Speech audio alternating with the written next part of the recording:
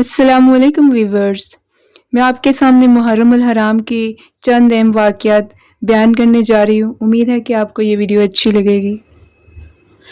3 محرم الحرام 61 ہجری کو کربلا کے میدان میں امام حسین علیہ السلام اور ان کے قافلے پر ظلم کا دائرہ تیزی سے تنگ ہونا شروع ہوا۔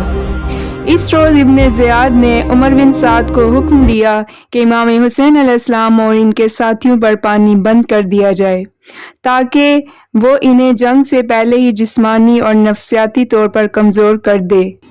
عمر بن سعد نے حر بن یزید کے سپاہیوں کو حکم دیا کہ فرات کے کنارے پہرا دے کر امام حسین علیہ السلام کے قافلے کو پانی تک رسائی سے روک دیا جائے۔ اس دن امام حسین علیہ السلام نے اپنے بھائی حضرت عباس رضی اللہ اور چند اصحابہ کو فرات سے پانی لانے کے لیے بھیجا، جنہوں نے بڑی ہمت سے دشمنوں کی صفیں چیر کر پانی خیموں تک پہنچایا۔ یوں 4 محرم الحرام کی صبح کربلا کے سناٹے میں ایک عجیب سا سکوت امام حسین علیہ السلام اور ان کے وفادار ساتھیوں نے فجر کی نماز کے بعد اللہ کے حضور سجدہ شکر ادا کیا۔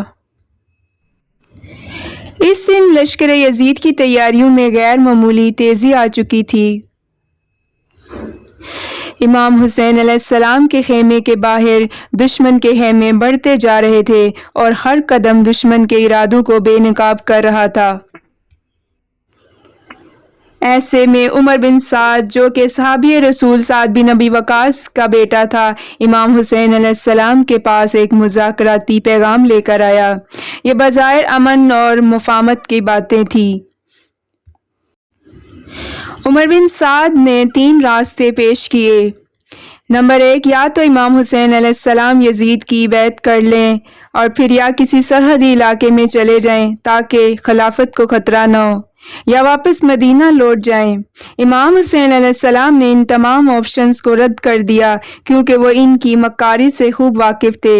بیعت کر کے ظلم کے آگے سر جھکانے کے مترادف تھا۔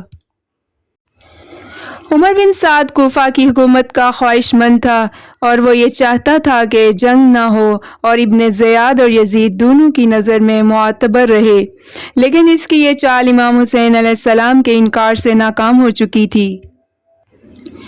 4 محرم الحرام کو میدان کربلا میں دشمنوں کی تعداد 10,000 سے بڑھ کر 20,000 کے قریب پہنچ چکی تھی۔ ایک طرف امام حسین علیہ السلام کا قافلہ جس میں 72 جہانسار شامل تھے۔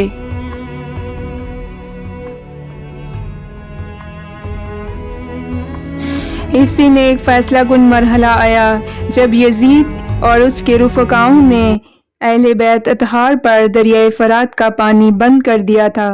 ذرا سوچئے کہ فرات کے کنارے رہتے ہوئے پیاس میں تڑپنا کسی عذاب سے کم نہ ہوگا، خاص طور پر معصوم بچوں کے لیے۔